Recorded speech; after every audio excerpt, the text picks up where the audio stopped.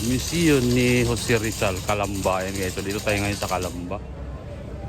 Papasok tayo dito sa museum. Tourist spot. Yan. Museum ni Jose Rizal, ayan, Calamba. Papasok tayo ngayon guys. Dito sa loob.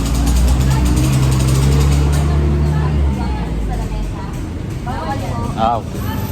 Sir, ipaiwan na lang po sa may lamesa doon. Tapos may Okay. alcohol, sir. Ayan na guys, so dito na tayo sa loob.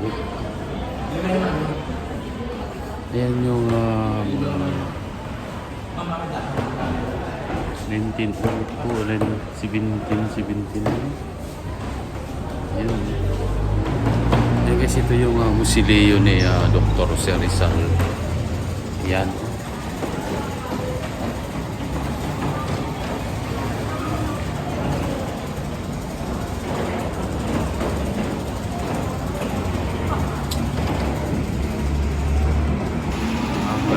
Ni Rizal. Kabuyaw sa kwentong bayan ng mga Kabuyaw, ang simbahan nila ay buo kung saan. Yan si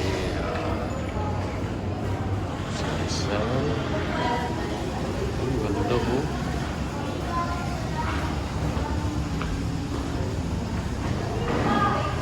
Ito yung musileo ni Dr. Jose Rizal. Ay, yung mga ano dati, mga katipuneros. Abay sa Calamba ang tinatamnan nito ng Kirin. Kanyang paghiling. Yan, lumang simbahan. Ayan, ang Laguna Libay. Yan, ang Bundok Makiling. Okay.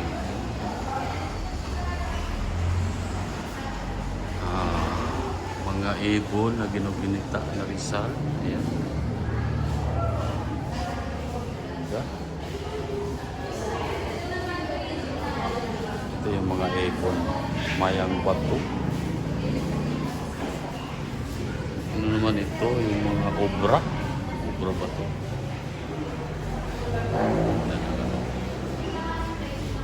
Dati pa talaga Rizal bilang mag-aaral. Nag-aaral pa si Rizal dito. Ayan, maliit pa siya.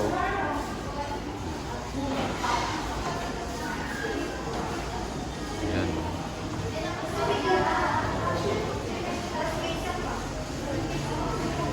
Ayan. Sariwain natin yung mga kapanahunan ni Rizal. Ayan. Ayan si Jose Rizal. Ayan. Ating pambansang bayani. Ayan yung mga books niya. Ayan yung mga picture niya nung medyo bata pa siya. Aklat na binabasa na Rizal.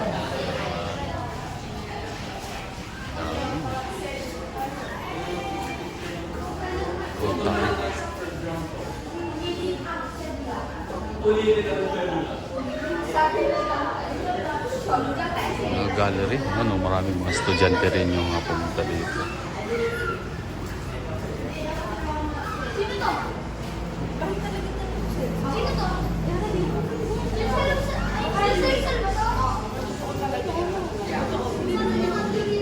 Ano yan?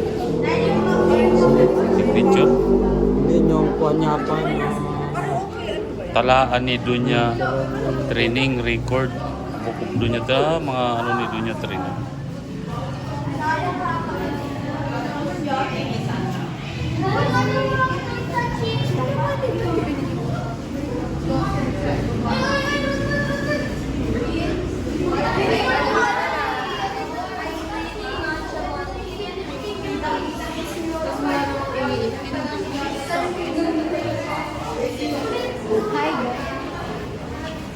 Ito yung mga po.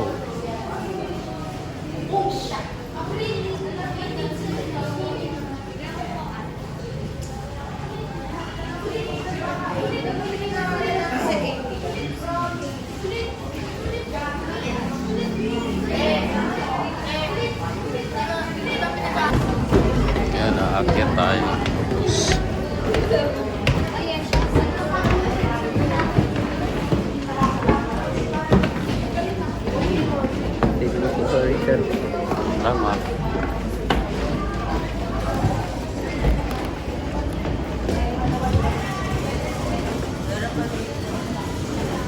Ito yung lamisa. Yung lamisa ni Dr. Rizal Marcos.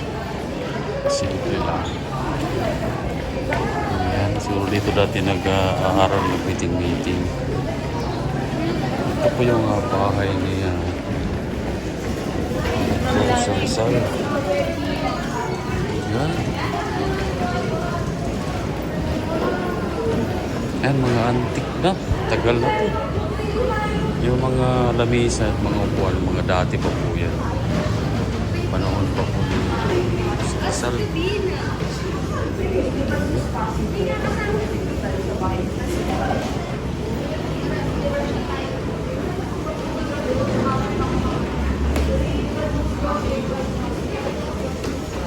Ito naman ay higaan ni ni Lolo. Girls bedroom. It's only bed as the only one who use it, the eldest wife. Guys, mga antik. Mga antik yung mga nandito, mga matatagal na talaga.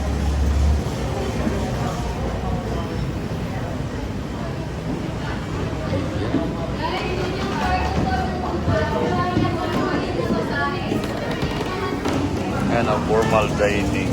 The dining area is the library is located here. Yan ang simple lang. Ayan, may lamp.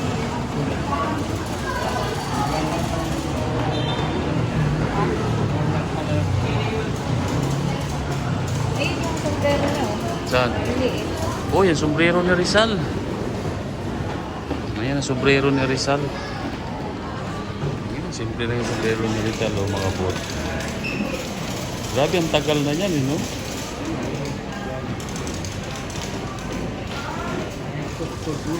Sabihin mo sa gwardiya, hiramin muna namin yung sombrero ni Rizal. Ayan, napakasimple lang guys. Ayan ang bahay ni Dr. Rizal. Ayan yung sombrero niya. Ayan sa baba, meron pa nakasabit. Saka yung tungkod niya, ayan nung siguro nung matanda na siya.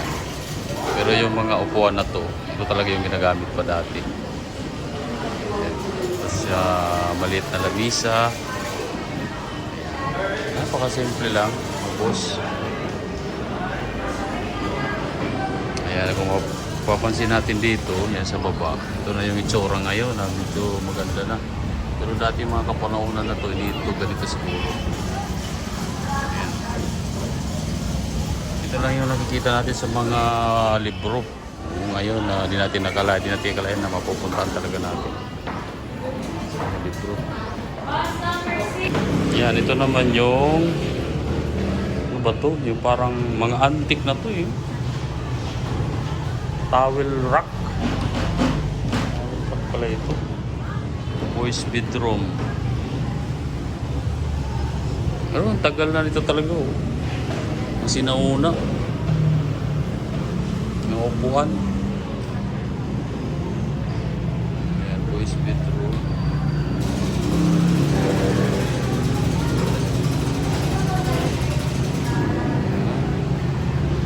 Simple lang.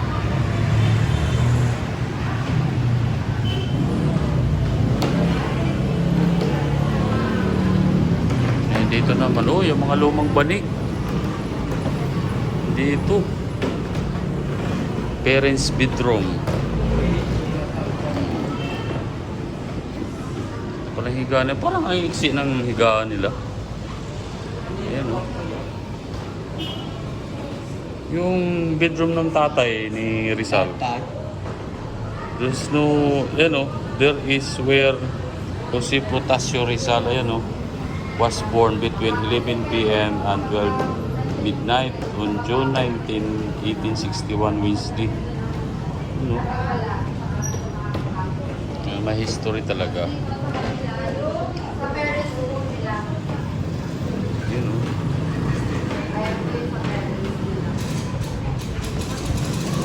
yung sinauna po na maleta. Wala pang kulong.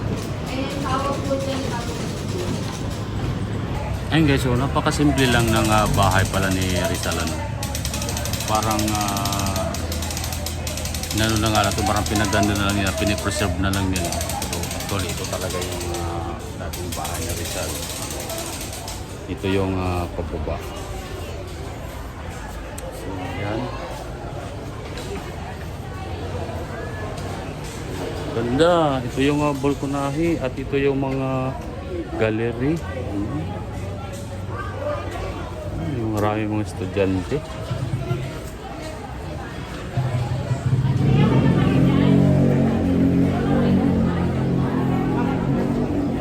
Yan, baba na tayo mga boss. Please, nakapunta tayo dito sa bahay ni Dr. Rizal mga boss. Yan ang pagbaba mo, ito na yan.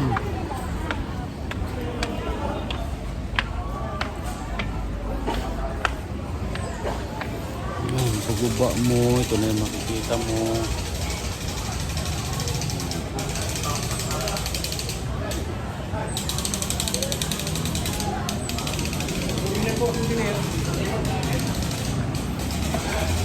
Ayan guys, so pila-pila yung mga papasok sa museum ni Dr. Jose Rizal. O yung bahay ni Dr. Jose Rizal mga boss. Simple lang yun kung makikita natin sa mga books, sa mga libro. Ito na po yan mga boss. Parang preserve lang po nila. Ayan. Araw-araw po ganito yung makikita nyo dito. Napakaraming tao. Torres Police Assistance Center. Ito talaga yung nakikita ko sa libro mga boss. Ang daming tao, mga estudyante sa taas. May parang kampana.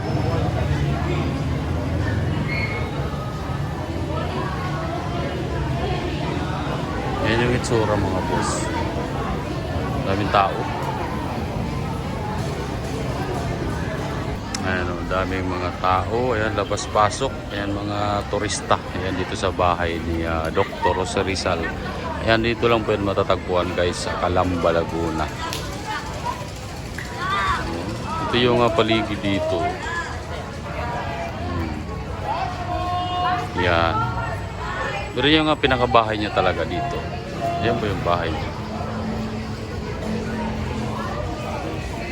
Ayan, daming tao. Parang pasyalan na yan. Libre dito. Wala pong entrance. Actually, walang entrance free siya. Kaya kung pupunta kayo dito mga boss, yan, pwede nyo lang i-google yan. At Calamba, Laguna po yan. Bahay ni Dr. Jose Rizal. So, madali lang po actually hanapin. Wala pa gaganda. Ganda.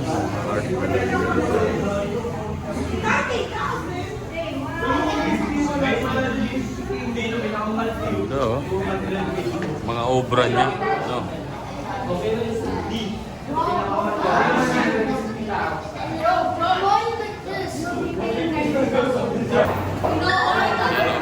Ito guys, yung mga art gallery ni Rizal. Ganda. Dami talagang galing. Dami talaga siyang magagawa. Ang talino talaga.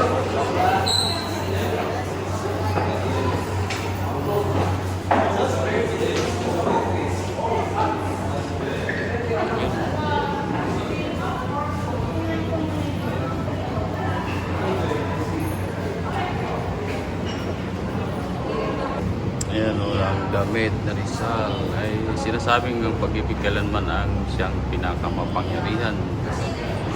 Gawang lalong magiting. Yan.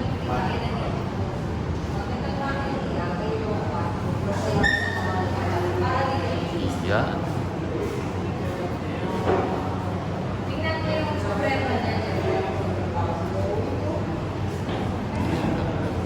Ito naman yung sombrero niya. Ang sombrero niya, oh. Ito yung pinakalalagyan ng sombrero niya. Bali, ito, nilalagay dyan. Tapos iyon, yung pinakatakip. Oo. Lalagyan niya to eh. Ganon kaliit si Tatlong Rizal. ano pala? Hindi pala pwede masabi si Rizal Bayani. Ano, bakit? Bakit? Kasabot talaga yan ni Atong. Kasabot niya itong Saan? Yan, katip na yan. Pwede lang. Yan, dito naman. Ang ikalawang paglalakbay sa Europa. Ito yung mga naglalakbay sa Europa. Ito yung history niya. Yan. Yan, may mga pitsa. Enero 1888. Grabe, ang tagal na nito. Ayan guys, so ito talaga yung napakahabang kwento ni Dr. Jose Rizal. Yan ang kung mapapansin natin. Ayan, yan yung mga pizza kung saan siya naglakbay. Parang buong mundo yata iniikot ni ayan, ni Dr. Jose Rizal. Ayan guys, so nandito lahat yung ano, oh, 1891 pa.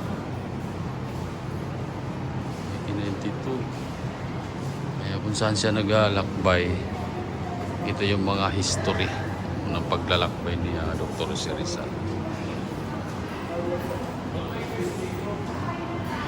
Ganda ng mga art gallery din niya, mga bus.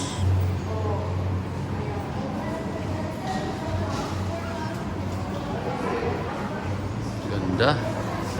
Yan guys, so ito naman yung pants, ayan, pantalon ni si Rizal, ayan, sinusuot niya sa mga pangkaraniwang na araw. Mga pangalang ginagamit ni Rizal. Sige na, mag-play tayo. Gusto mo Jacinto. May mga alias din pala siya, no? Ayan, no? Puro mga street ng Maynila. Yan, Ilaong Laan, Dimasalang. Ito yung gamit niya pa doon. Ah, ito. Bale, ito yung sinusuot niya tapos pinapatungan niya. Para siyang, ano, oh. Kasi nung panahon wala kang brief ang tao. So ang tawag yun sa kanila Oh? is ano ba yun? Long john, damit pang ilalim. Para siyang leggings. Yan yung mga alias niya, oh. Jacinto, Laong Laang, Dimasalang. Puro to street ng Maynila to, eh. Rizal, the Filipino scientist. O yan, naging scientist din siya.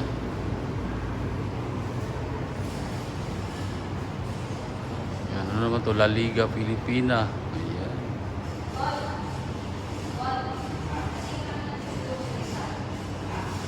Grabe.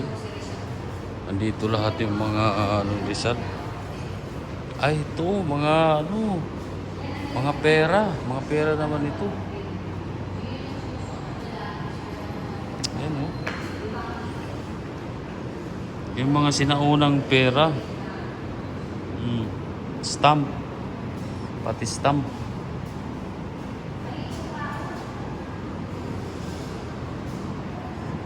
Grabe, ayan, oh. Grabe yung pera pala dati, oh. 2 pesos.